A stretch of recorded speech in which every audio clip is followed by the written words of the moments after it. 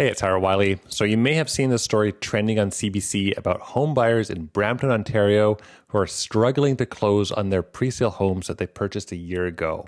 This is happening all across Canada, and we'll probably see a lot more stories like this over the next few months and perhaps even for the next few years. In this particular case, the buyers purchased their presale detached home for almost $2 million in October of 2021. And at that time, they estimated their monthly payments to be around $6,000 or so, based on interest rates that were below 2%.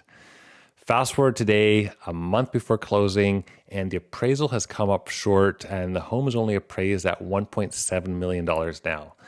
Interest rates are up 300%, and now they're looking at about $12,000 or more in monthly mortgage payments. Basically, these buyers are caught between two worlds right now.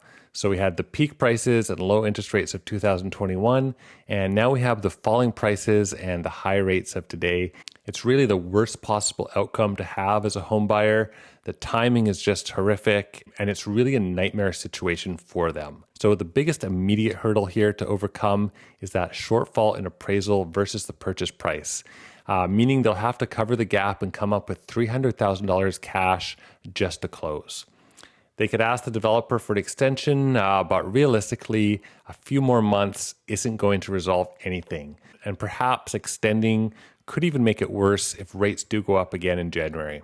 And then if the buyers can close, they're looking at a huge monthly payment. It's an extremely stressful situation to be in, and the options aren't very good. If they just walk away from the home, they could lose their deposit and open themselves up to legal action from the developer. What's happening here is the danger of presale construction. You're buying a contract to purchase a home at a certain date and price, and we don't know where the market will be when that time comes, so you really have to account for all the possible outcomes, including the worst case scenario, which is exactly what's happening to these home buyers. So where does the fault lie?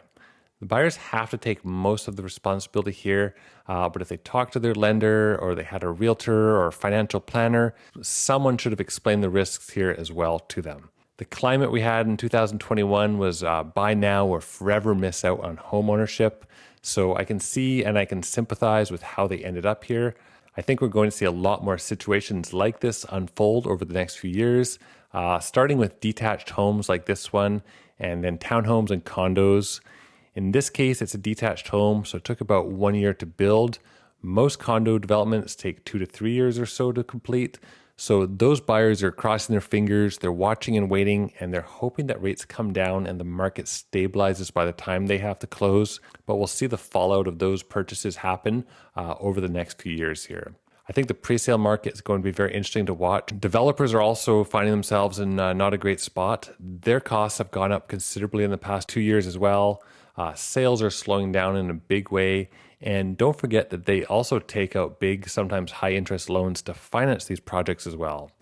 I think we'll see a lot of assignment sales and discounted new construction soon from over-leveraged buyers like these ones, which will drive down new construction prices at some point. And then we'll see a lack of new development for a while until that new construction price can catch up to where the resale market is. Thank you for watching. I want to hear your thoughts on this, so please leave a comment below about where you think the presale and the real estate market is going to be in the new year. Thanks for watching, and I'll see you next time.